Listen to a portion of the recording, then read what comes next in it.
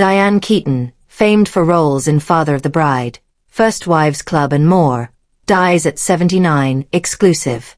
People can confirm the legendary actress died in California on Saturday, October 11th.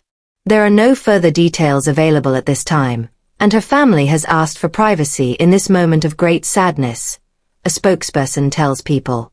The Los Angeles Fire Department, LAFD, confirms to People that they responded to Keaton's home at 8:08 a.m. local time and transported a 79-year-old woman to a local hospital.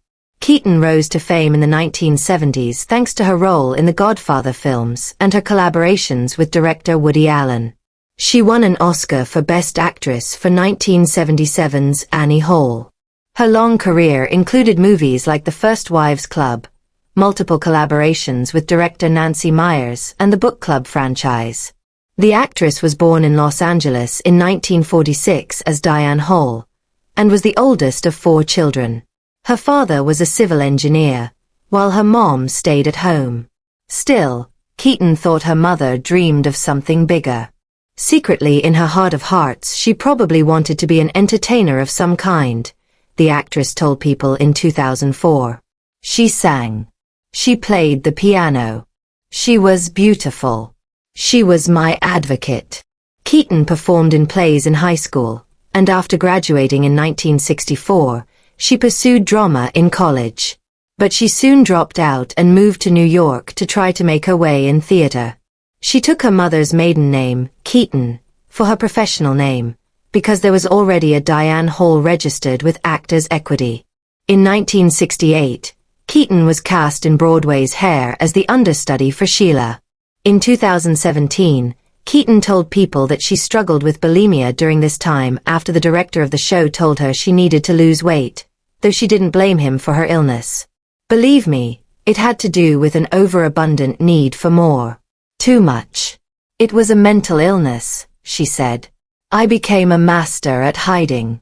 Hiding any evidence. How do you make sure no one knows? You live a lifestyle that is very strange.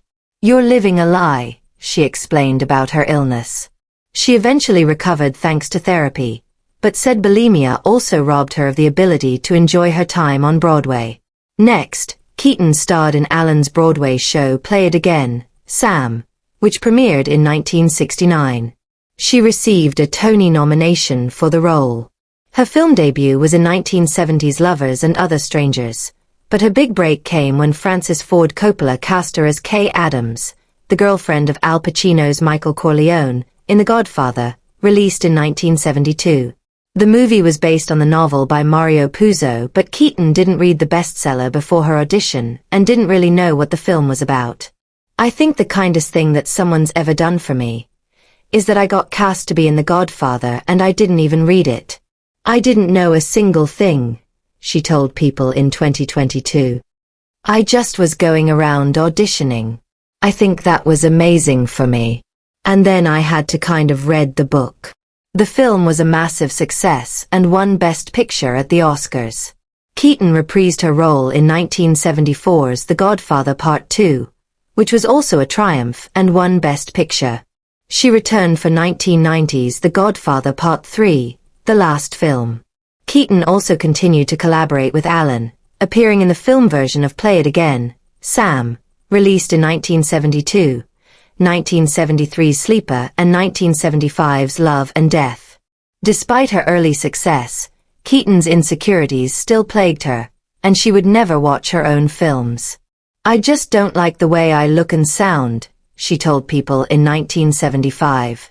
In 1977, Keaton starred in Allen's Annie Hall as the title character. She won the Oscar for Best Actress for the role.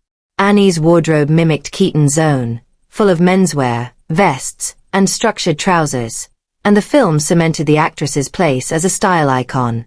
Many speculated that the movie was based on Keaton and Allen's relationship. She told the New York Times in 1977, "It's not true, but there are elements of truth in it." Keaton would collaborate with Allen again in 1978's Interiors, 1979's Manhattan, and 1993's Manhattan Murder Mystery. She also defended Allen in the wake of sexual abuse allegations from his stepdaughter Dylan Farrow. "I love him," she told The Guardian in 2014.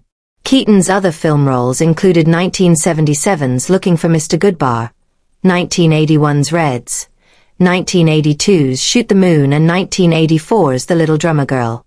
She worked with Myers for the first time on 1987's Baby Boom. They would reunite 3 more times. In 1991's Father of the Bride, 1995's Father of the Bride Part 2 and 2003's Something's Gotta Give, which garnered another Oscar nom for Keaton. Asked which of these projects she loved the most, Keaton told Vulture in 2020, "Honestly, you can think it's sappy, but I love the Father of the Bride movies. They were so touching." Keaton starred with Goldie Hawn and Bette Midler in 1996's The First Wives Club, about 3 women whose husbands had left them for younger women. The comedy famously ended with all 3 singing Leslie Gore's "You Don't Own Me." Keaton told The Hollywood Reporter in 2023 that she was always kind of anxious and a little worried while filming it because Hawn and Midler were really amazing actresses. Later roles for Keaton included The Family Stone, Because I Said So, Finding Dory, Book Club, and its sequel, and Palms. She made a rare TV appearance with a starring role in HBO's 2016 miniseries The Young Pope. Keaton also worked as a director, helming the 1987 documentary Heaven, 2000's Hanging Up and an episode of Twin Peaks. In 2021, Keaton starred in Justin Bieber's music video Ghost. She also was a prolific Instagram user, posting updates on her life, reflections on her career and friendships, and praising those she loved. Looking back on her career, Keaton told People in 2019, "I don't know anything, and I haven't learned. Getting older hasn't made me wiser. Without acting, I would have been a misfit." Keaton never married. "Today I was thinking, I'm the only one in my generation of actresses who has been a single woman all her life," she explained to People in 2019. "I'm really glad I didn't get married. I'm an oddball. I remember in high school, this guy came up to me and said, 'One day you're going to make a good wife.' And I thought, I don't want to be a wife. No." She was romantically linked to Alan Pacino and Warren Beatty over the years. "Talent is so damn attractive," she noted to People.